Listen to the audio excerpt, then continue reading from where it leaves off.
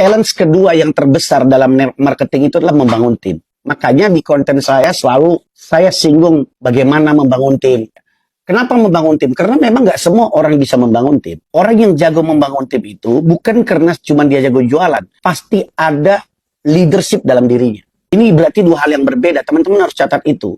Walaupun saya selalu bilang, inti dari bisnis jaringan itu, network marketing adalah mendistribusikan produk atau service. Produk yang kita harus deliver kepada customer. Jadi kalau ada yang bilang bisnis jaringan itu hanya merekrut, itu dia salah, berarti dia nggak paham. Tapi kalau merekrut pun orang dapat duit bukan karena dia dapat duit karena merekrut, tapi karena orang yang direkrut beli produk.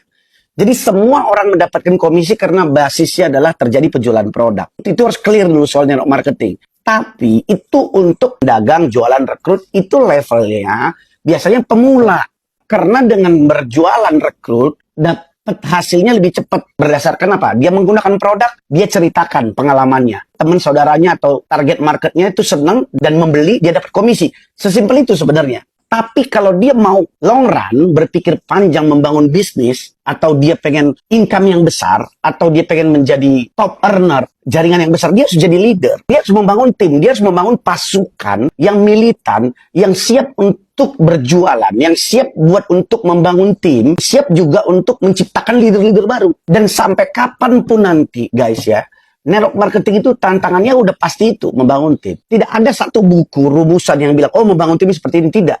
Tapi itu proses, karena leader itu bisa dipelajari, tapi nggak bisa kamu potong jalan kompas gitu, nggak bisa.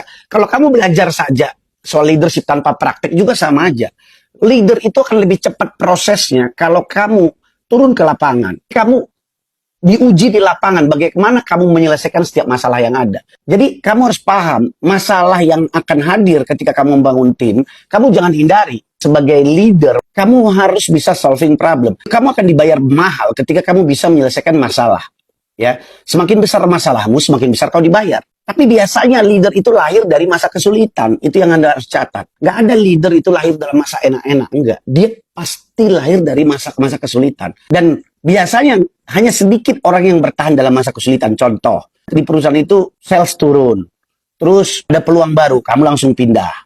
Ya, itu contoh. Terus yang kedua, misalkan ada goyangan, owner satu dengan owner satu ribut. Ya kan, terus kamu milih untuk out. Masalah pasti akan ada. Cuman bagaimana kamu bisa handling masalah untuk buat pertumbuhan dari dirimu. Itu another thing.